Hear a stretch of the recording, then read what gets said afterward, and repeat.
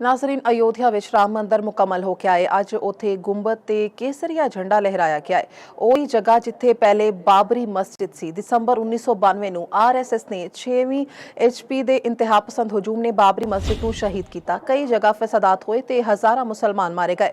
भारतीय supreme court ने मन्निया कि मस्जिद की शहादत उसके स्टे ऑर्डर की खिलाफवर्जी सी, पर इस दे बावजूद जमीन मंदिर के ट्रस्ट ਨੂੰ दे ਦਿੱਤੀ गई। मंदिर की तामीर ते अज दा झंडा भेड़ ते हुजूम दे तशद्दुद ਨੂੰ कानूनी जवाब देने का निशान बन चुके हैं।